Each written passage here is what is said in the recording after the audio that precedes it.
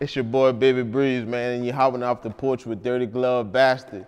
You little bastard. Okay, she wobbly, make a nigga own it. Okay, she private, she make a nigga own it. And she a little squirrel was on bed. All right, today we got Baby Breeze jumping off the porch. What's happening with you? What's happening with you, G? How you feeling, gang? Man, I'm all right. I'm blessed. How about yourself, man? Coolin', man. Blessed and highly favored. It's I a can pleasure dig to it. have you here with us for sure. Though. Likewise, man. It's a pleasure to be here. No cap. So tell us what you out here working on in Atlanta. Man, just networking, shit, doing Dirty Glove.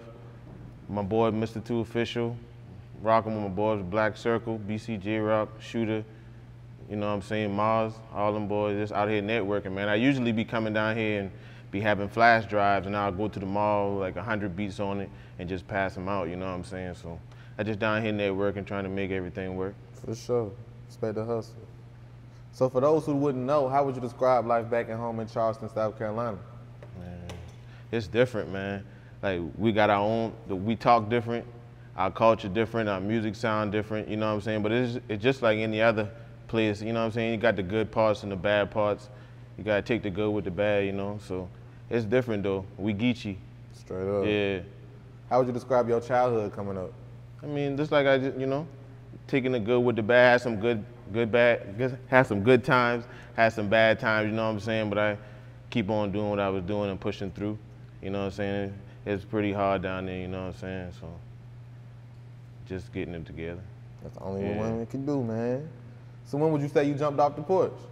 Man, I jumped off of this porch, I've been like 12 years old, man, you know what I'm saying? I got an older brother. In fact, my older brother right there, he already been off the porch, so you know how it be when you got an older brother, so you easily off the porch, you know what I'm saying? And he been bringing back all the music, like the Cash Moneys, the No Limits, you know what I'm saying, all of them, so that kind of carved my sound, and I just jumped off the porch when I was about 12 years old, and ever since, man, you know? You ain't look back. Yeah, I ain't look back, just loving doing what I love to do. That's hard. Right. So in your words, what would you say is the biggest life lesson you learned growing up so far?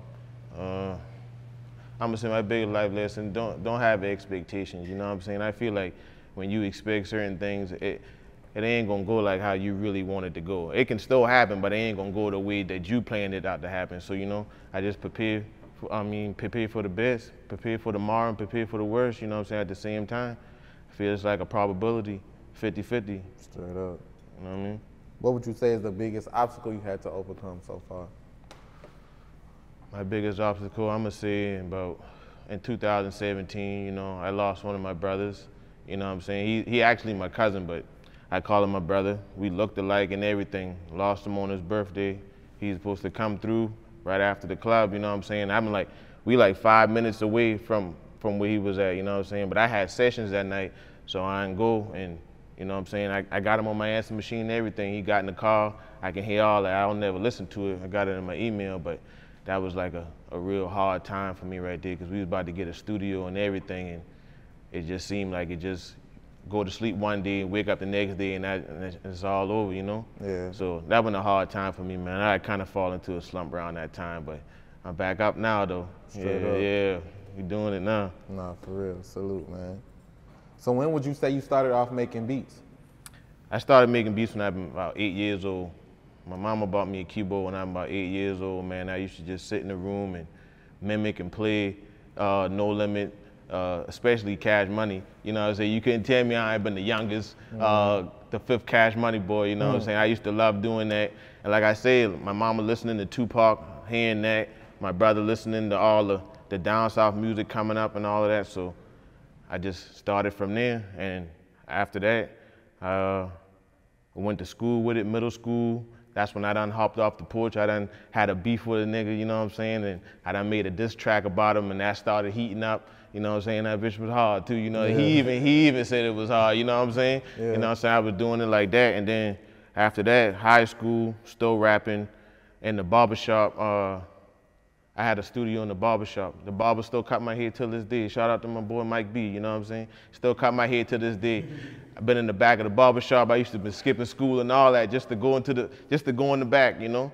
But of course they shut that down. He was like, bro, you gonna have to go to school if you wanna do this shit, and I respected that, you know what I'm saying? But then time went past after that. It kind of was like a slow time. Then I got an uncle who blessed me, you know what I'm saying? He looked out for me a lot and helped me with a lot with my career. That's how I was able to go to the A3Cs and dropping tapes and doing this and buying equipment and all that like that. So I was doing that, and then after that, I had that 2017, what I just told you about, and then I got into manifestation and frequencies and all kind of shit like that. And after that, everything just started changing. Like, I'm a true believer of that manifestation and meditating and stuff like that. That shit really do work, bro, like for real, for real. So now I'm here right now. Fast forward, I'm on Dirty Glove, you know what I'm saying? We kicking it right here, you know what I'm saying? So for those who are struggling with some of their manifestations, what's some of the rules or some of the advice you would give them? Man, sometimes, man, I'd be sitting there, I'll smoke a blunt first, and I'll just be somewhere secluded where there ain't no noise, just close my eyes and just really think about what I really want, and then I just put my foot forward with it, and it just starts to happen. It's just so weird, man. Like, I've been doing it for like 1 year straight one time, and ain't nothing been happening. I even quit a couple times, man. I'm like, man, this shit ain't working, you know what I'm saying? But that shit really do work. So as long as you somewhere by yourself and you really say what you want and mean it, coming from your heart, it's gonna happen. Ain't nothing can stop that. When would you say you started taking music serious full time? Soon as I pressed the keyboard, because I swear to God, that's what I wanted to do from the jump street. Soon as I started doing that, I never had a plan B. My plan A was my plan B, you know what I'm saying? So I always did that. And how would you say you got your producer name? From my father. My father named Breeze. My brother right here named Breezo. And I've been the last one, so Baby Breeze. The niggas in the hood used to be like, hey man, that's Baby Breeze, you know what I'm saying? Yeah. That's hard. How did you come up with your producer tag? Man, I done had so many different producer tags, man. Like, I just be thinking of them shit, or I just trying different things out, you know what I'm saying? Some of them catch, so I just change them as time go by. Like, I've been making beats since I've been younger, so I done had different producer tags, like, every 6, 7 years, but the one that I'm sticking with right now is the one that I got right now. I just say Baby Breeze on it. Straight up. Yeah. So when y'all hear that Baby Breeze tag, y'all know it's my man's guy. Yeah, for sure, for sure. For sure. So walk us through your creative process. Like, what prepares you when you know you're gonna make a fire-ass beat, right? What do you get in the elements of? It really, to be honest, man, it's really like a job, man. I don't really sit down and be like, this is gonna be the hardest beat ever I'm gonna make. I just know I'm a creator and I need to create, so that's what I do. I just sit down and I just build up my inventory every single day because I know that's what I need to do. You know, I might get this beat placed, I might not get that beat placed. Some beats I got placed now, I made them beats 2, 3 years ago, but they're just now coming to the surface right now. So I just sit down, smoke me a King Palm, you know what I'm saying? Get one of my juice in Arizona. Nigga try to get that endorsement, you know what I'm saying? Nigga, you know what I'm saying? That's all I do, and I just get to work. Yeah. Yeah. Straight like that. Do you prefer to cook up on the spot, or do you prefer to already have it in the stash? Well, both. I prefer both, because I come from an era of being in the studio when I was younger.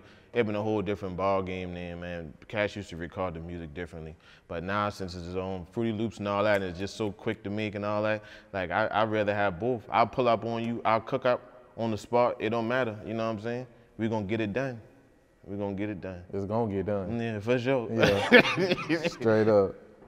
Would you say you're very hands-on with the artist you're recording, or would you prefer like to step back and just let the engineer take place as the engineer do his job? That depends on the artist, man. Because sometimes artists just, you'll produce for them sometime, but y'all really don't have that relationship. They just happen to get one of your beats off of YouTube or something like that, you know what I'm saying? So it really depends on the artist, but I'd rather be hands-on. I'd rather be in the studio, vibe out, you know what I'm saying? Or you can just pick my beats as long as you just rap on them, you know what I'm saying? Straight up. Yeah. A lot of your beats have samples in them, right? Has there any issues with sample clearances? No, not at all. Like, when labels want them, they get it done, man. Like, independent artists, they might go through a little trouble, but when it be a label, they be like, nah, it's cool. You know what I'm saying? We got that. We'll handle that part. And that's just what it be. I've never had a problem with any of them. That's real. Yeah. How do you feel about people making tight beats? I feel like it's cool. I feel like that opened the doors for a lot of stuff. Like, when artists be hopping on YouTube, they're gonna type in the artists that they like the most. So if I'm liking Money Man, I'm gonna jump on there and type in Money Man type beat, and there's a whole list of cats up there with hard Money Man type beats. So I think that's cool. That's just like a marketing strategy for a producer. I do it all the time on my YouTube channel. You go on my channel, you can see Money Man, Lil Baby, City Girls, Mulatto, you know what I'm saying? Whatever. I know that's what they're looking for. Yeah. So that's what I do. Straight up. Y'all heard it here first, free game. Yeah. So how do you feel about other producers posting and selling beats, like you saying, using the name and using the strategy to lure like artists in to like hear their production, just to get, you know what I'm saying, they leases sold or whatever?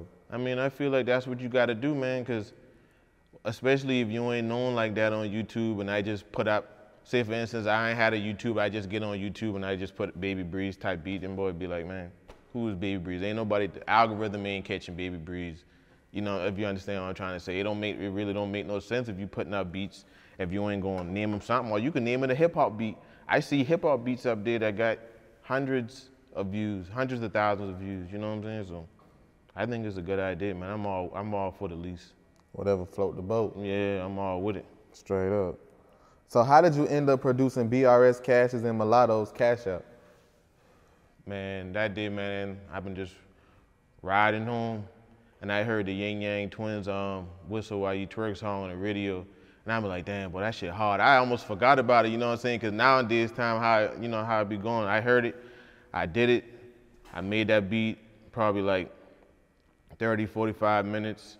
I named it Kash App. I put it on my YouTube, you know what I'm saying? A lot of cats start doing a song called Kash App, and then after that, like a month or two later, I sent it to Zach on the track, and he put it on his channel, and even more people start doing the Kash App. And then Cash, my boy Naj, shout out to Naj, he called me, you know what I'm saying? He was like, we want that beat, we got Mulatto on it, we want y'all to come out here to the A.